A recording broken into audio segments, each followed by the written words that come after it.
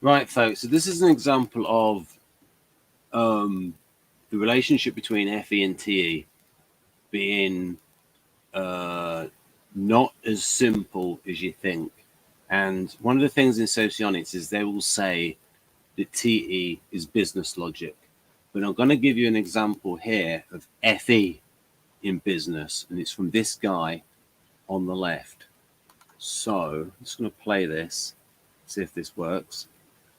Okay, if the concept makes so much sense. This is about using concrete posts, concrete fences in the United States, because they don't do it in the United States, but they do it in Britain. And the reason I'm a big fan of it is because it's good for the customer, or it's good for the client. There's still the cost will be different, obviously, but if it's better for the client, if it makes for a better fence, then ultimately it makes for a better industry. Yeah.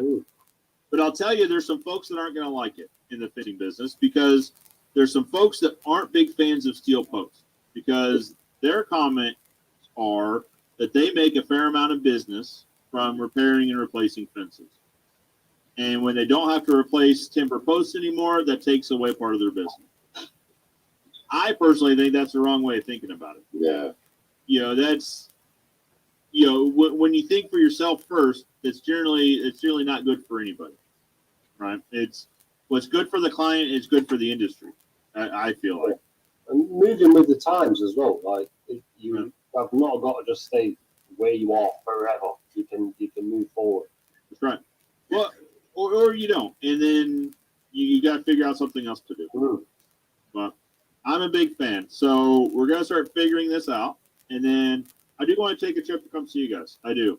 It's because the more I watch it, the more questions I get, and I learn best from putting my hands on things. Yeah. Right. We could talk about it all day, and I can watch a lot of videos, and I'll have a pretty good idea. But there's some things you just learn by touching it. Yeah. So sounds like you must cover someone in the concrete place. Yeah. So when they're on holiday, you can cover. Come on over. We got a job for you. You'll learn a lot, I promise. Let me ask. So there's a bit of instinct going on there as well in terms of learning by doing. And so with that guy on the left, like what he said there, it's like I'm talking about what's best for the customer and all of that. So does that mean that he could be like, say, ESFJ? Or would Artisan have that approach? And so you can see, say, in that business situation there, when you mentioned the people with the fences, where they make money from repair and stuff. And so their point of view is like, well, they don't want what's best for the customer because they get money from the repairs. But is that just the situation that they're in? So there you go. So it's an example of FE can be useful in business. So, and this is one of the things where you get with Kersey, where they have the Kersey temperament theory will have with ESFJ that it's predisposed to the provider supplier role. And he gives an example of the ESFJ in finance being the financier. So, but again, that's distinguishing the role from the type.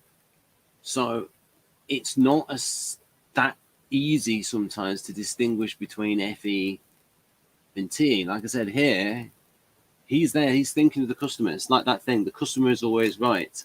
Customer relations, good service. So if we describe T as business logic, well, what about the FE involved there in business thinking? So anyone out there who sort of runs a business, I'd like to, and knows typology, it'd be interesting to what you think the balance is there between FE and TE. Right.